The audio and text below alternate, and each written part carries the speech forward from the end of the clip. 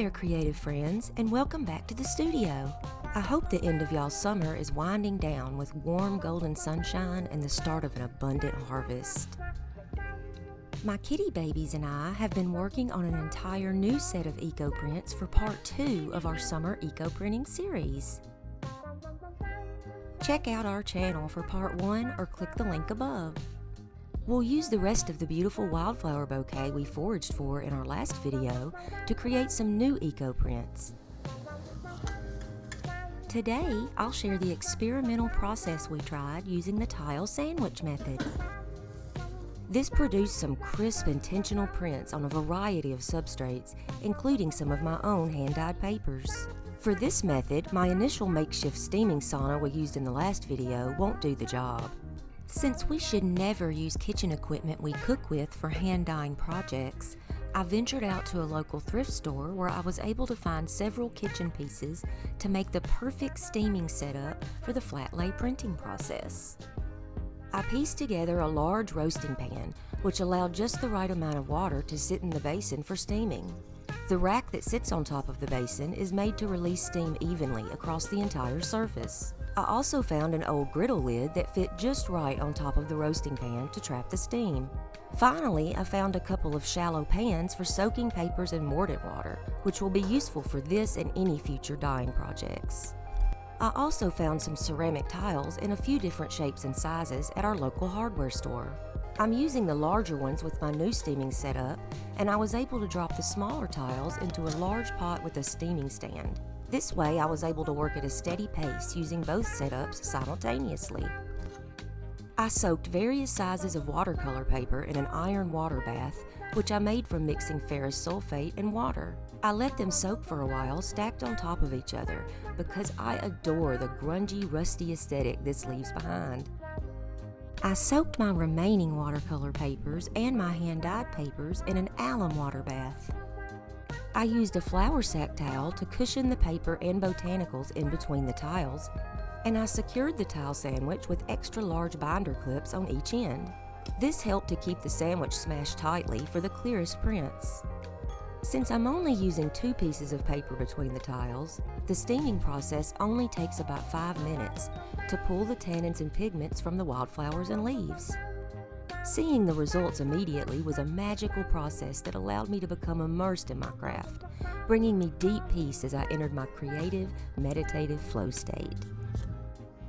After a beautiful morning of foraging, I had an abundance of intricate patterned leaves and colorful wildflowers to work with.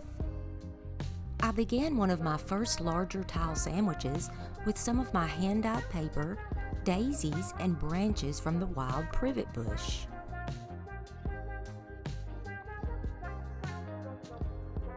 Daisies infuse light, playful energy into the natural artwork, while the privet bush protects our creative spaces from outside noise.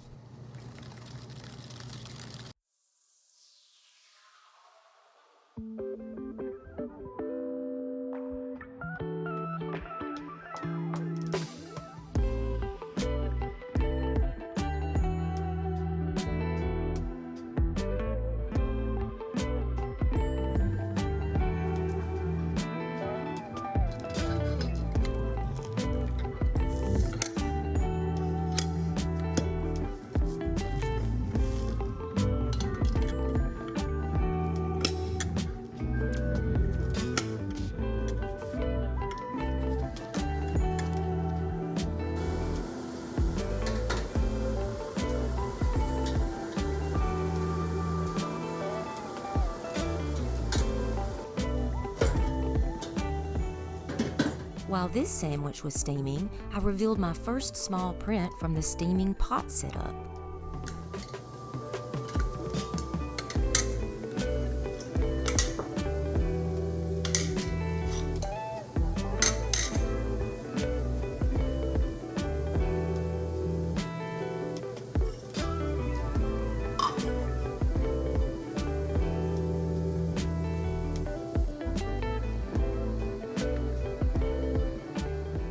This vibrant sunny print was made from the natural pigments in the black-eyed Susan. Black-eyed Susans share with us their high vibrational creative intuition and confidence. Because alum acts as a color brightener and fixative without shifting the plant's natural pigments, these flowers dropped beautiful golden yellows and soft sage green tones. I love how the blooms appear to have popped right on the paper, physically releasing their magic into my artwork. I also made a larger print of a black-eyed Susan with its long leafy stem still attached. This one came out really crisp and colorful on both papers used in the sandwich. On the watercolor paper, the natural pigments were bright and the bloom appeared as a perfect silhouette with its charcoal black eye radiating confidence.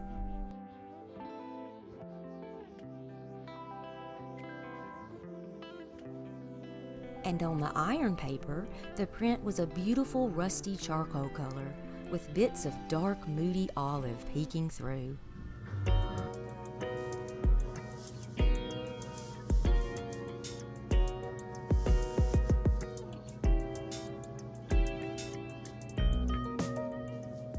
For the next small sandwich, I decided to use some leaves from the black walnut tree, which is packed with natural tannins.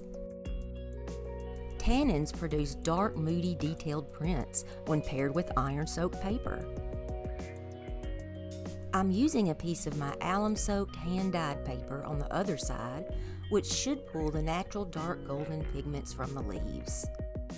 Black walnut trees are strong and resilient, carrying with them the essence of protection during life's transitions and helping to break old patterns.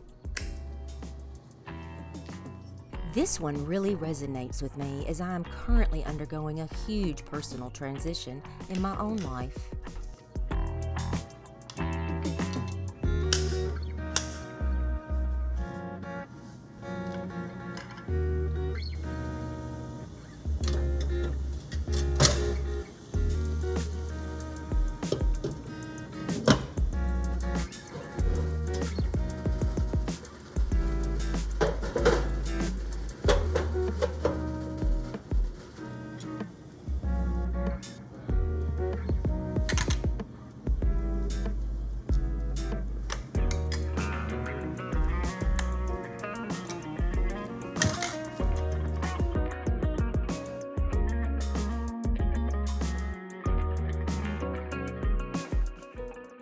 Revealing the print with the daisies and privet was a beautiful surprise.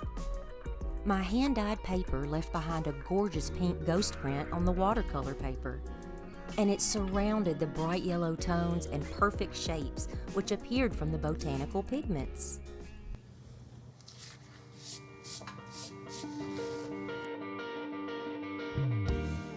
On my hand-dyed paper, the daisies dropped a beautiful bright yellow pigment with precise form. And look at this beautiful print it left on the flour sack towel. This makes me really excited to try this method with more textiles.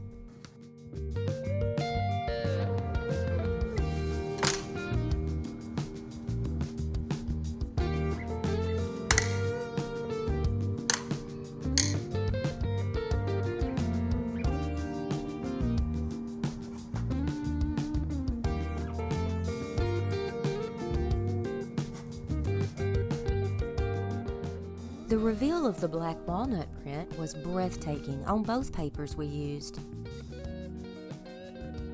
The leaves left behind their signature black iron gall ink straight on the iron-soaked paper. And the contrast of the silhouette was amazing, showing every tiny detail in the structure of the leaves.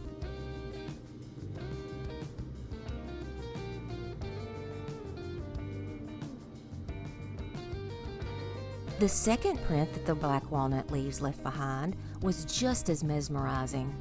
The yellow pigments left extremely dark golden vein marks, and the way we layered the leaves on my hand-dyed paper made them seem to magically stand out from the background. I'll keep these prints on my desk as a reminder to stay grounded during my own personal transformation. And once again, look at those beautiful marks on the flour sack towel.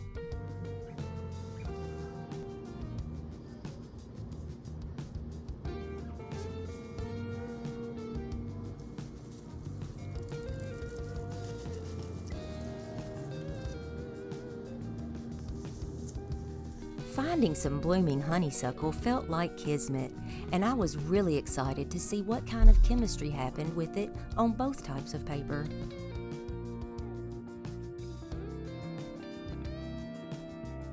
Besides sharing its wonderful sweet scent, honeysuckle is steeped in the magic of sweetness and nostalgia. It brings us gentle comfort wrapped in happiness, while also enhancing our intuition and creative dreams.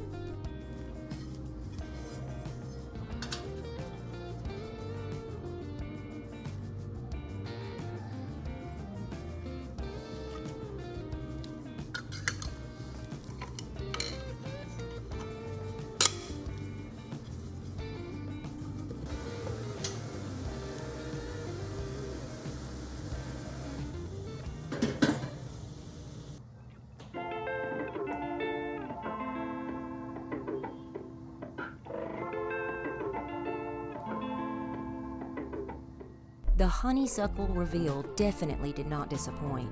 The leaves left super dark, moody prints, and the blooms produced lovely, delicate prints with magical dark halos.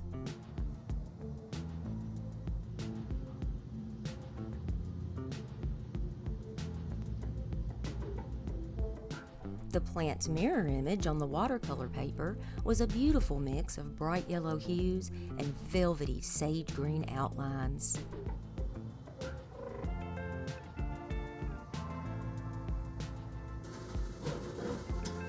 I spent hours steaming tile sandwiches, and most of my reveals were successful. Another favorite of mine was the print created from goldenrod, which is known for its bright energy. In folk magic, finding goldenrod unexpectedly near your home or along your path is seen as a sign of incoming blessings, while also encouraging growth and creative blooming. The chemistry that was created on the iron-soaked paper gave me such late summer vibes. The rich charcoal print against the rusty color left from the iron felt like the perfect transition into autumn.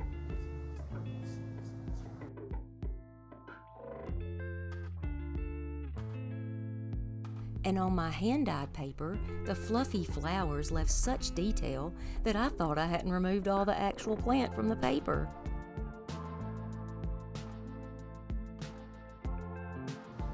And again, that print on the fabric is so dreamy.